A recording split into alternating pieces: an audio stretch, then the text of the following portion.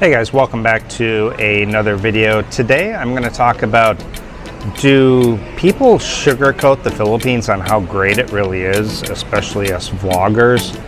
And did I ever consider leaving the Philippines?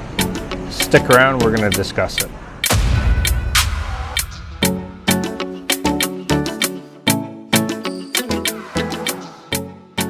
Alright guys, so woke up this morning. There was a power outage scheduled for 1 p.m. to 5 p.m. Woke up this morning and figured, okay, at 1 o'clock when the power goes out, we'll go out and we'll grab pizza for lunch, hang out a little bit, maybe make a video, come back and the power will be coming on within an hour or two. We'll go for a swim or something like that. And when I woke up, grabbed my coffee, and at 8 a.m. the power turned off.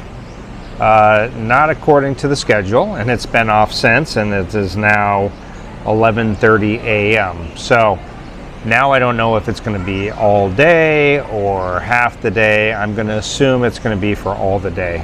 The reason they give is today is because they're clearing trees and branches and shrubbery and all that kind of stuff away from power lines throughout Dumaguete today.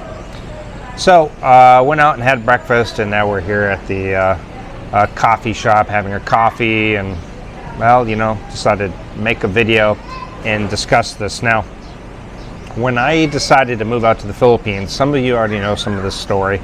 I'm going to add quite a few new things that I haven't discussed before, but I had researched Colombia, decided with the language barrier, even though I spoke some Spanish, I couldn't really find any income, and at that time I was going to have to do some work to still have a monthly income. I wasn't Social Security age or even at the age to collect on my 401k. Researched Colombia, quickly crossed that off, and then I started chatting online with girls from different countries and Asian countries. And first one I had chatted with was a girl from the Philippines. She lived in Davao. This was in 2015. I went out there for a month. Nothing romantic ever happened, but I did have a good time and kind of got a feel of the Philippines. And to be honest, I never really thought, okay, I'm going to live here. I was very excited about, there was things that really that I really did like for example, the nature, the beaches, the waterfalls, the friendliness of the people. That stuff really jumped out at me. But there was nothing like the infrastructure that I was like, wow, this is amazing. I mean, the malls were amazing. My next trip was Thailand. In Thailand, the food was impressive. The infrastructure, the monorail, the subway systems, the BTS and all of that, very impressive. The temples and just a lot of great positives about Thailand. The big negative was the language barrier, and even with the language barrier, I actually initially said this is where I want to live. And the teaching jobs, because so many people want to go live in Thailand, the teaching jobs can pay very low. And so I was trying to make that work when somebody had reached out to me. I think it was a friend who had visited the Philippines or was in an expat group.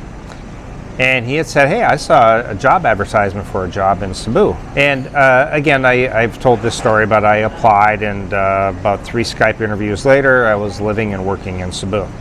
And at first it was very exciting. I lived in IT Park. IT Park was very well built up. There was good restaurants, friendly people. When I was there, I was pretty much consumed with working and traveling around to different sites.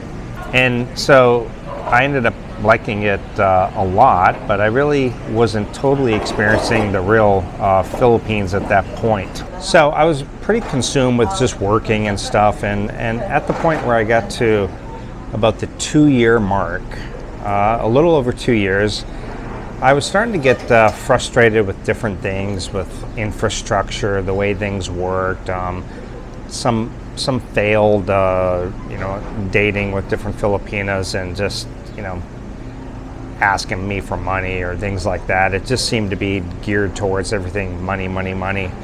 And I guess I was getting frustrated, and I was also getting frustrated with the job. They started asking more and more. Hey, you know, even though it's a salary job, but they were asking me to come in on Saturdays, and then they wanted me to come in sometimes on a Sunday. And so I said, this is not really enjoyable for me anymore. So I started looking into other options, and basically two options popped up. Either I could have went back to an old job in the U.S. as a claims adjuster at a different office, and I thought about even potentially moving back to the U.S. for a while, or even permanently. You know, I hadn't quite decided, but I was tossing around that idea, and then I said to myself, you know, before I throw in the towel, let me go to Vietnam and try that out. I got a good paying job, a better paying job, less hours, only 30 hours per week versus 40, 50 hours per week in the Philippines. So better payment, better salary, less working hours, and I ended up living much less expensive than I did in the Philippines. And again, the first 6 months in Vietnam was fantastic. I loved the food, loved the infrastructure. The language, again, was really tough, even though on a day-to-day basis I could get around and find people who spoke English. As far as dating, I had some dates and stuff, and dating was okay, but a lot of girls, not really, they didn't want huge age gaps, which was fine. I wasn't looking for this huge age gap, but you know, I didn't exactly want to date a girl who was in her late 40s or early 50s either. And I also didn't want to learn the language. I tried a little bit, and with the different tones for each word, it was just really difficult. And I'd started thinking back again. I was like, okay, should I go back to the U.S.? I've tried Vietnam, or should I try the Philippines again, maybe with a new perspective? And ended up moving back to the Philippines. Ended up going and living in Davao this time. And I ended up really actually enjoying Davao, and I lived right next to a mall there and enjoyed that immensely. It was by SM Ecoland. I was able to walk right over to the mall. I lived at One Oasis, and I started to appreciate the Philippines more. And at that point I had started vlogging, and I was making enough at that point that I didn't really have to teach too much. I just had to teach online about 3, 4, or 5 nights a week for a few hours at a time, and that was enough. And the income has since taken off quite a bit. But the point is at a time there was various things that had frustrated me about the Philippines that I just didn't feel like I really wanted to accept. You know, like the brownouts. You know, just the way things are run sometimes. Sometimes the trash on the ground, or the air pollution, the stray dogs, the loud noise, sometimes the noise pollution, I call it. So, you know, at some point, a lot of people really get frustrated with the bureaucracy of things, the way things are run, just a lot of different things. Now, you can avoid a lot of that if you move to like a condo and in like a more modern place like IT Park or BGC or Makati. But once you start getting out of those areas, you really have to deal with a lot more of that, like the trash burning and things like that. So I do think a lot of us foreigners, especially us vloggers, I'm guilty of sugarcoating things and how wonderful it really is. So I admit, when I first got here, I had rose-colored glasses on. Initially, I was just amazed. I was excited about the job. It was all brand new. Just the sights, the sounds, the places I was seeing when I was traveling, and the amount of beautiful women and the dating options. It really kind of clouds your judgment a little bit, and you do get those rose-colored glasses on. But sometimes after the dust has settled, a lot of people just say, you know what, this is not for me. End up moving back to their home country, or they end up trying a different place maybe in the Philippines, they give it another shot, or maybe they go try out another country like Thailand or Vietnam. And you see that happen vice versa too. You'll see guys who move to Thailand, then they come to the Philippines. You see guys in the Philippines who've decided to move to Thailand. You see it back and forth all the time. And that's why I tell people you really need a good 6 months of a trial run here to really see whether you like it or not, because you do come here with those rose-colored glasses, and a lot of us vloggers, again, it's me included, you know, we want you guys to view our channel, and talking great about the Philippines helps with our views, right?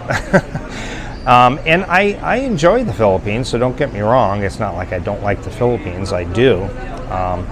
I've learned over the years, you learn how to get around things. For example, the skin tax. You live in certain areas where you don't have to deal with the noise, the sound, the loud sounds of barking dogs, or the burning of trash. You know, you learn how to avoid a lot of this stuff, and it makes your experience that much better.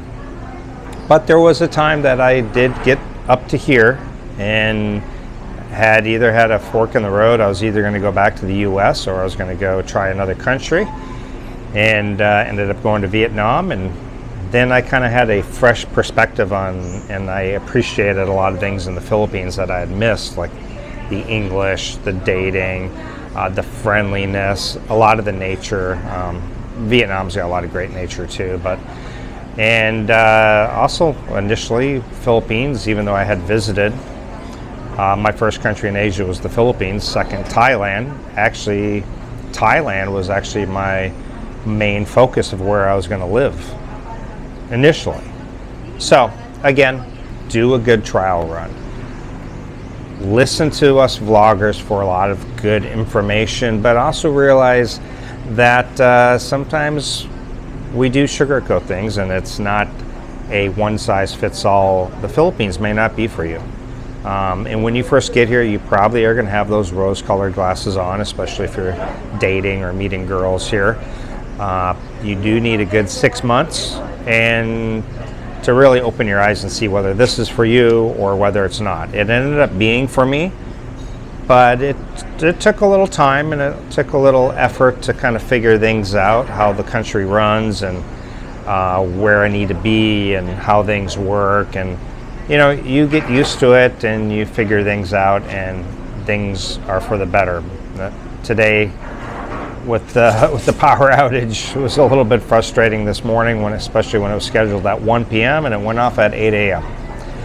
But you can do things like the battery packs, backup generators, solar power. There's things you can do. I just haven't decided to do that since I'm at an apartment now, but rest assured you, when we build a house next year, we will be doing solar power and we will be prepared for these type of things. So, and we'll have as much land as possible so we don't have to deal with the burning trash from neighbors or things like that. So, again, thank you guys. Let me know what you think.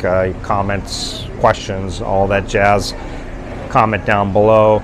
If you're moving out here and you need some help or information, check out my free PDF on traveling or moving to the Philippines, free on the main page of geointhephilippines.com. Check out Geo's Travel Essentials for all the things that I personally use and I highly recommend for moving or living here. Also, if you need a consultation and you need help, you can book a consultation directly on my website. Again, geointhephilippines.com. Check it out today. Thank you so much, and I'll see you next time.